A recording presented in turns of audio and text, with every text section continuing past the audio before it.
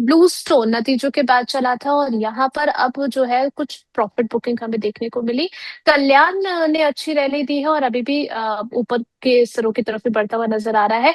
इन दोनों ही स्टॉक्स पर आपकी राय क्या रहेगी? एंड साथ ही साथ पीसी ज्वेलर, हालांकि पहले भी हमारी बात हुई है, आप काफी ज्यादा बचते हैं इससे, लेकिन कंपनी की जो कमेंट्री आई उन्होंने कहा है कि ऑलमोस्ट कंपनी का जो डेट है वो काफी हद तक रिड्यूस होता हुआ नजर आया। खबर काफी ज्यादा पॉजिटिव है और एक्शन भी देखने को मिला इसी हिसाब का पीसी ज्वेलर में। आपकी राय इन तीनों ही स्टॉक्स पर क्या रहेगी, एक एक करके बता दीजिए। सर एसबीआई अगर हम बात करें तो लास्ट 2-3 सेशन में जिस तरीके का मूव हमें एसबीआई में देखने को मिला है, आपकी राय क्या रहेगी? अब यहाँ से अगर किसी का मुनाफा बन रहा है तो उनको क्या बुक कर लेना चाहिए या फिर अभी भी बने रह सकते हैं? जी, देखिए अर्निंग्स तो काफी बेहतरीन आए हैं। और पीएसयू बैंक के अंदर आप देखेंगे तो इंडियन बैंक ने सबसे पहला अच्छा अर्निंग दिया, फिर आप देखेंगे तो हम्म। यूनियन बैंक ने अच्छे अर्निंग्स दिए। अब एसबीआई की बारी थी, और लार्ज कैप जो इतनी बड़ी बैंक है वहां पर आप देखेंगे तो काफी बड़ा एक बीट है सभी सभी जो उनके पैरामीटर्स है। तो यहाँ पर एक ब्रेकआउट था और मार्केट ने आई थिंक एंटिसिपेट कर लिया था। तो आप देखेंगे तो ऑन 5th एंड 6th जुलाई, माफ कीजिए अगस्त, वहां पर काफी बड़ी रैली हमें देखने को मिली और 1060 का जो जोन था उसके ऊपर हमें क्लोजिंग देखने को मिली थी। अब वो ब्रेकआउट कंटिन्यू रहा है और करीबन अर्निंग्स के बाद 1130 1140 के जोन बने थे। थोड़ा सा स्टॉक हल्का कंसोलिडेट कर सकते हैं क्योंकि निचले स्तर से काफी बड़ी रैली हमें करीबन 10% के आसपास ऑलरेडी मिल चुकी है। तो यहाँ पर कंसोलिडेशन हो सकता है, बट यहाँ पर जल्दी नहीं करनी है। 1030 हम्म। 1040 का एक स्टॉप लॉस ट्रेलिंग बेसिस पे मेंटेन करेंगे और यहाँ पर आराम से यहाँ पर होल्ड करके बैठेंगे करीबन 1200 के टारगेट्स के लिए। हम्म। और हमारी एक प्राइम मेंबर भी है मीता जी, अगर वो मुझे सुन रही है तो मेरा ख्याल है कि शायद उन्होंने कल एक सवाल भी पूछा था। सर कल आपका शो मैं भी देख रही थी पीछे बैठकर कि आपकी क्या बातचीत चल रही है दर्शकों के साथ में, और सुनना काफी ज्यादा इंपॉर्टेंट है ताकि मैं भी थोड़े से नोट्स बना करके चलती हूँ कि कहीं कोई पॉइंट मैं मिस ना कर दूं जो हमारे दर्शकों के लिए जानना काफी ज्यादा इंपॉर्टेंट है। एसबीआई को लेकर के कल भी शो में बातचीत हुई थी, नाइट का शो था, 9 PM का। तो अगर आप मिस कर देते हैं तो अपने डिनर के बाद या डिनर टाइम पे, वैसे तो फोन देखना अच्छी बात नहीं होती है, लेकिन अगर आप इस फोन में ये वीडियो देखने लगेंगे तो आपका कहीं ना कहीं प्रॉफिट जरूर बनेगा। इसके अलावा टाइटन देख लीजिए सर, यहाँ पे नतीजे से निकल कर क्या है, ईयर ऑन ईयर बेसिस की बात करें तो इनका पैट 62.9% इंक्रीज होता हुआ नजर आया। क्वार्टर ऑन क्वार्टर बेसिस पे अगर हम देखें तो 50% से ज्यादा का जंप है। और अगर हम देखें तो अच्छा खासा फ्राइडे को अगर हम देखें तो रेड जोन पर बंद हुआ है टाइटन। आपकी राय क्या रहेगी? ये देखिए उर्वशी जी, देखिए जब जब टाइटन के नंबर हम देखते हैं वहां पर हमें एक सरप्राइज मिलती है, क्योंकि देखिए इतनी हम्म। बड़ी मार्केट कैप के बाद और इतने अच्छे परफॉर्मेंस के बाद टाइटन अभी भी जो नंबर्स है वो काफी बढ़िया डिलीवर कर रहा है। तो which is hmm. A very good thing. और मैं इतना इंप्रेस हूँ क्योंकि मेरी जर्नी जब स्टार्ट हुई थी, थोड़ा सा मैं आपको टाइम समझ लूंगा। जब मेरी जी। मार्केट की जर्नी स्टार्ट हुई थी और टाइटन के बारे में हम पढ़ते थे, तब करीबन 3000 5000 के जोन में स्टॉक गया था। फिर एक बड़ी कॉर्पोरेट एक्शन हुई थी, करीबन 1:2, जो 10 रुपये वाला फेस वैल्यू वाला स्टॉक करीबन 1 रुपये हुआ था, या फिर बोनस हुआ था, कुछ हुआ तो मुझे एग्जैक्टली याद नहीं है। बट 300 या 500 के आसपास टाइटन का स्टॉक था। और राकेश झुंझुनवाला जी का मैं इंटरव्यू पढ़ रहा था जब अर्निंग्स आए थे इसी तरह से। तो झुंझुनवाला सर बोल रहे थे कि काफी बड़ी रैली हो चुकी थी उस टाइम भी। मैं बात कर रहा हूँ हम्म। 2009-12 के आसपास की। और वहां पर झुंझुनवाला सर बोल रहे थे कि अभी तो टाइटन की जो स्टोरी है उसकी शुरुआत हुई है। और हम्म। उनको विजन के जो है वो अभी भी मुझे इम्प्रेस कर रही है। क्या क्या विजन रहा होगा उनका, क्योंकि देखिए 300 वाला स्टॉक फिर से अब 5000 हो चुका है। और जो हम्म। कॉर्पोरेट एक्शन हुई थी पूरी वापस यहाँ पर एक ही शेयर में, यानी इतनी बड़ी इक्विटी पर टाइटन बन रहा है। और वहां पर एक बड़ी गिरावट आई थी तब झुंझुनवाला सर के पोर्टफोलियो में करीबन 10,000 करोड़ का है ना, जो भी मार्केट कैप रिड्यूस हुआ था वो लॉस था। तो काफी बड़ी हेडलाइंस भी बनी थी। अब देखिए क्या वेल्थ क्रिएट की है। तो अगर आपके हम्म। पास कन्विक्शन हो और अगर कंपनी डिलीवर कर दी जाए तो काफी बड़ी वेल्थ क्रिएट हो सकती है। अभी भी नंबर्स काफी बेहतरीन है। और यहाँ पर अगर किसी के पास पोजीशन है बिल्कुल होल्ड करके चलना चाहिए टाइटन के अंदर। और कर आई थिंक मुझे लग रहा है कि हमने एक दो शो पे 2 दिन पहले जो शो किया था वहां पर भी किसी का आई थिंक क्वेश्चन था 46 4700 के आसपास, तब हमने 5000 के टारगेट सजेस्ट किए थे। ऑलमोस्ट अचीव होते दिख रहे हैं। अभी भी आपके पास हम्म। पोजीशन है 4800 का ट्रेलिंग स्टॉप लॉस मेंटेन कर सकते हैं। और अर्निंग्स के जो है उस तरीके से अगर मूवमेंट आता है तो करीबन 5200 के भी टारगेट बन सकते हैं टाइटन के अंदर। चलिए ठीक है, तो टाइटन पकड़ करके रखना है, इसको नहीं छोड़ना है। अब टाइटन की बात हुई है तो कुछ पेयर कंपनीज पर भी आपकी राय सर एक एक करके मैं समझना चाहूंगी।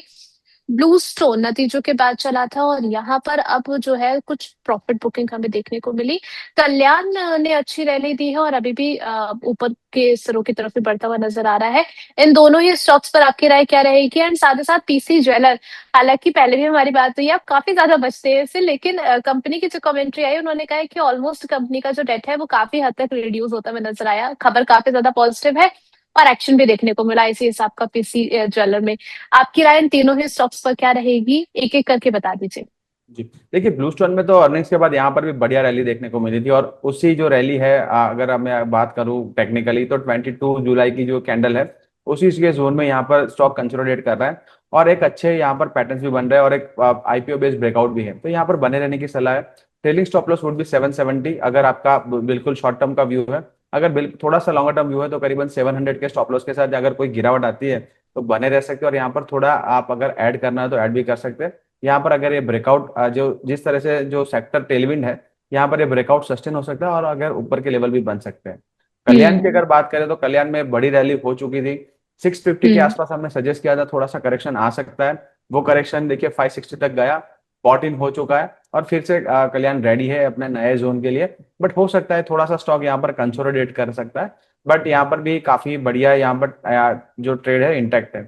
बात रही पीसी हम्म। ज्वेलर्स की। हम्म। पीसी ज्वेलर्स में देखिए मूव तो काफी अच्छा है, और जो 869 का जो जोन है, काफी अच्छे से संभाला है स्टॉक ने। और जो फंडामेंटली आप बोल रहे हैं कि यहाँ पर डेट रिड्यूस हो रही है, मैनेजमेंट भी थोड़ा काम कर रही है, तो यहाँ पर 1150 तक के अगर जोन नहीं बन रहे, जब तक उसके ऊपर हम्म। ब्रेकआउट नहीं आता, तब तक यहाँ पर मेरा थोड़ा सा अभी भी नेगेटिव आउटलुक रहेगा।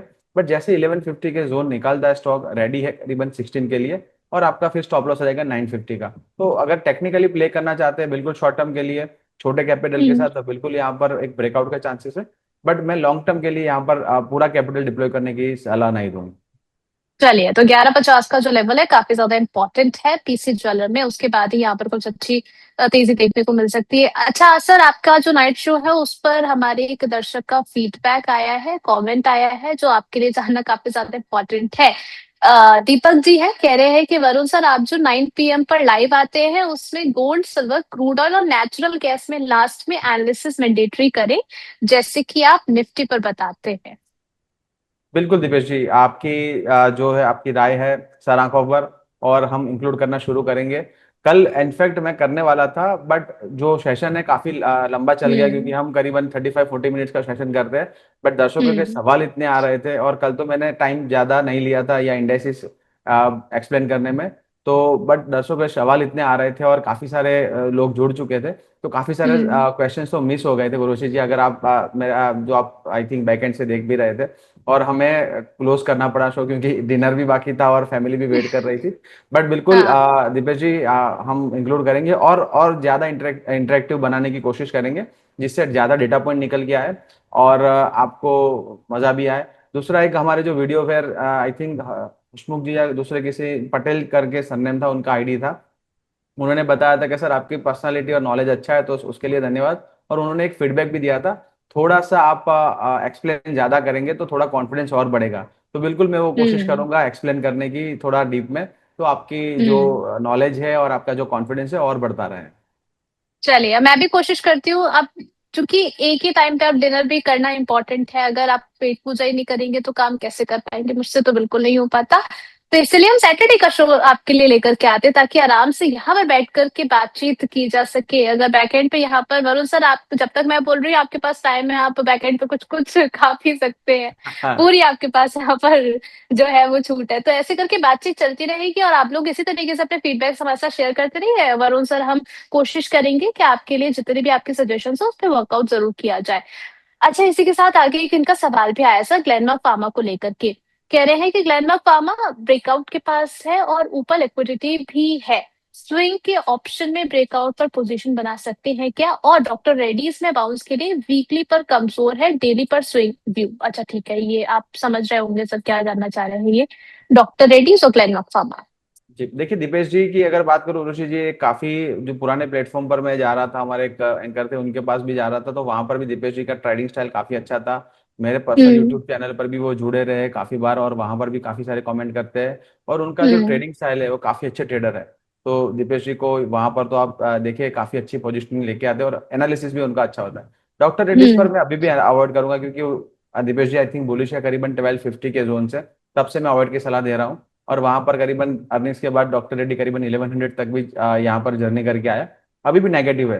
अमूमन देखिए मोमेंटम प्ले करना है, थोड़ा सा लॉन्ग टर्म के लिए लेना है, तो मैं 200 SMA के ऊपर स्टॉक ट्रेड करता है, अर्निंग्स विजिबिलिटी हो, उसके बात कर रहा हूँ। और साथ में देखिए अगर आपका मेन इंडाइसिस जो रिप्रेजेंट करता है, जैसे निफ्टी फार्मा अप ट्रेंड में है और डॉक्टर रेड्डीज डाउन ट्रेंड में है, तो वैसे स्टॉक्स में अवॉइड करने की कोशिश करता हूँ। और जो लीडर ऑफ द पैक है वहां पर अगर आप मोमेंटम ट्रेडिंग या फिर स्विंग ट्रेडिंग करते हैं तो वहां पर प्रॉफिटेबिलिटी के चांस काफी बढ़ जाते हैं।